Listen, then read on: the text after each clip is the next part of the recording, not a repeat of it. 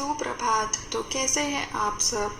तो चलिए आज हम गणित के चौथे पाठ को पढ़ते हैं, जिसका विषय है 10-10 में गिनो।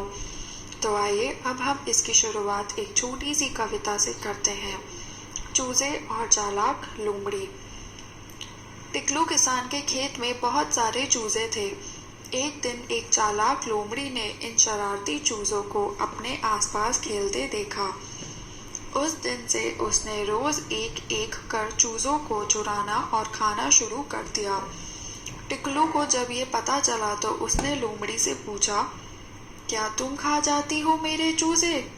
तो लोमड़ी बोलती है, क्या बात करती हो, मैं तो तुम्हारी दोस्त हूँ, क्या मैं ऐसा कर सकती हूँ? टिकलू ने सुबह और शाम चूजों को गिनने की सोची, लेकिन चूजे तो इधर उधर घूमते रहते थे। गिने कैसे? उसने कहा, मैं 10-10 चूजों को एक एक टोकरी में रखकर गिनूंगी। अगर गिनती कम हुई तो इस लोमड़ी की खैर नहीं। तो चलिए अब अभ्यास कार्य करते हैं। अगले दिन सुबह टिकलू ने अपने चूजों को गिना। 10 चूजों से भरी यहाँ कितनी टोकरियां हैं? बताइए कितनी टोकरियां हैं जो चूजों से भरी हैं?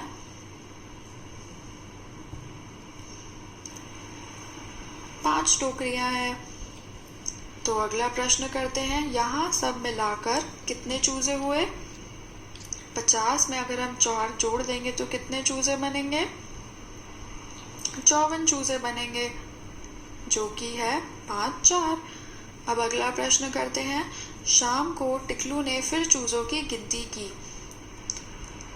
10 चूजों से भरी टोकरियां हैं। अब बताइए दूसरे चित्र में देखिए कितनी टोकरियां चूजों से भरी हैं? 4 टोकरियां चूजों से भरी हैं। तो कुल मिलाकर कितने चूजे हुए?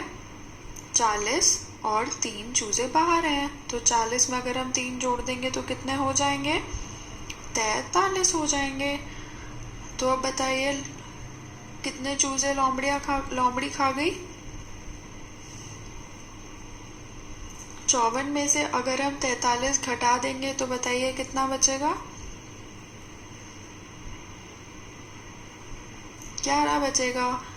इसका मतलब ये हुआ कि 11 चूजे लोमड़ी खा गई। तो चलिए अब अगले पन्ने पर आते हैं। बोलो भाई कितने? बानू जंगल से लकड़ियां इकट्ठा करता है और उन्हें बाजार में बेचता है। वह 10 लकड़ियों का एक गटर बनाता है। गटर मतलब एक समूह या बंडल।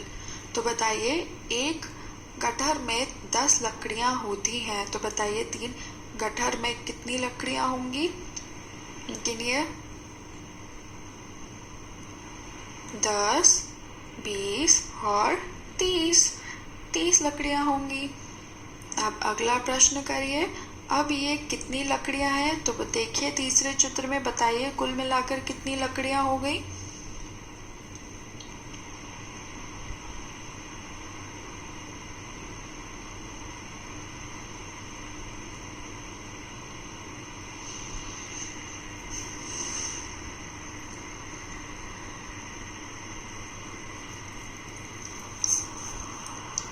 उनतालीस लकड़ियां हैं। 3, 9। 4 गठर का मतलब है कितनी लकड़ियां? जब एक गठर में 10 लकड़ियां होती हैं तो 4 गठर में कितनी होंगी? 40 लकड़ियां होंगी। तो चलिए अब अगले अभ्यास कार्य पर आते हैं। अगले पन्ने को देखते हैं। मालती के घर शादी है। वह फूलों की माला बना रही है। वह 10 फूलों से एक माला बनाती है। देखिए तो बताइए यानी कि कुल मिलाकर कितने फूल हुए? आपको कितने फूलों की माला है? 1, 2, 3, 4, 5 और अलग से 8 फूल भी पड़े हुए हैं। तो बताइए कितने कुल मिलाकर फूल हुए? 50 में अगर हम 8 जोड़ देंगे तो कितने हो जाएंगे? 58 हो जाएंगे। 5, 8। अब अगला प्रश्न करते हैं। यह कितने फूल हैं? कुल मिलाकर फूल बताइए दूसरे चित्र में।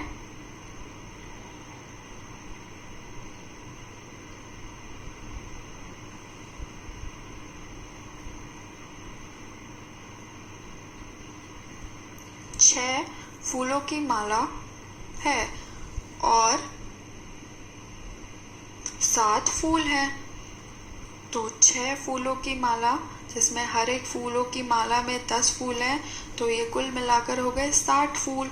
और 60 में अगर आप 7 जोड़ देंगे, जो कि 7 फूल अलग से पड़े हैं, तो वो कितने हो गए?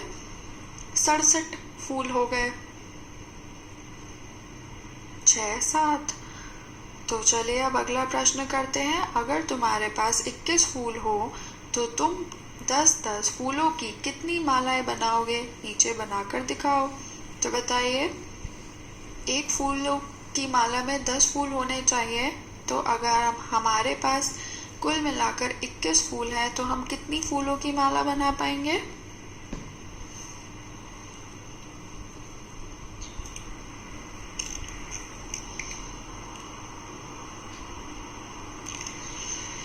दो फूलों की माला बना पाएंगे। तो जल्दी से 2 फूलों की माला बना दीजिए, जिसमें हर एक फूल की माला में 10 फूल होने चाहिए और अलग से एक फूल बना दीजिए, तभी तो 21 फूल हुए।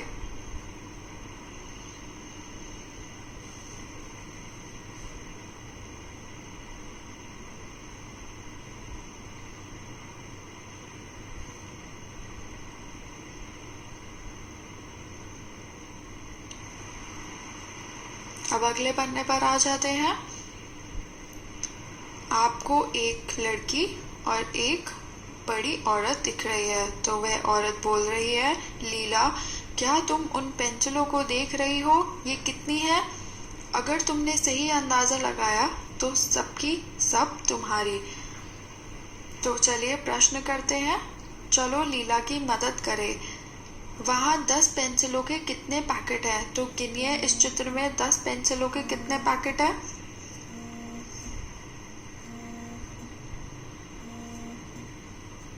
6 पैकेट है। पैकेट से बाहर कितनी पेंसिलें हैं? देखिए, कितनी पेंसिलें हैं पैकेट से बाहर?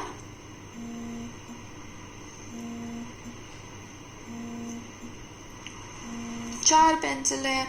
तो कुल मिलाकर कितने पेंसिलें हुई बताइए? पैकेट की पेंसिलों को जोड़ दीजिए और बाहर जो पेंसिल है उनको जोड़ दीजिए। तो 60 में अगर हम 4 जोड़ देंगे तो कितनी हो जाएगा?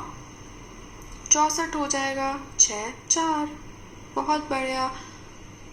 अब अगला अभ्यास कार्य करते हैं। कनक को अलग अलग तरह की बिंदियों को जमा करने का शौक है, उसके पास कितने पैकेट है? तो गिनिए, इस चित्र में कितने पैकेट हैं कनक के पास?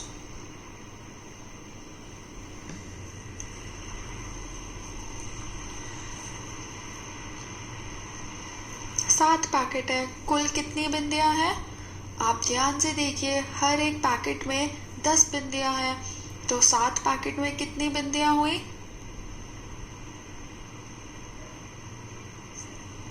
70 बिंदियां हुई।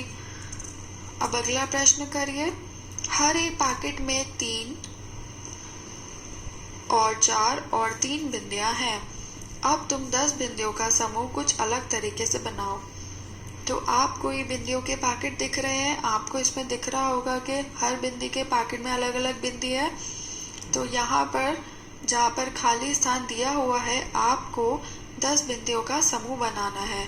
तो ऊपर दिए गए चित्र में जो बिंदियों का आकार है, कोई सा भी आप अपने हिसाब से कोई भी बिंदी उठा लीजिए और कुल मिलाकर एक समूह बना दीजिए, और उस एक समूह में सिर्फ 10 बिंदियां ही होनी चाहिए।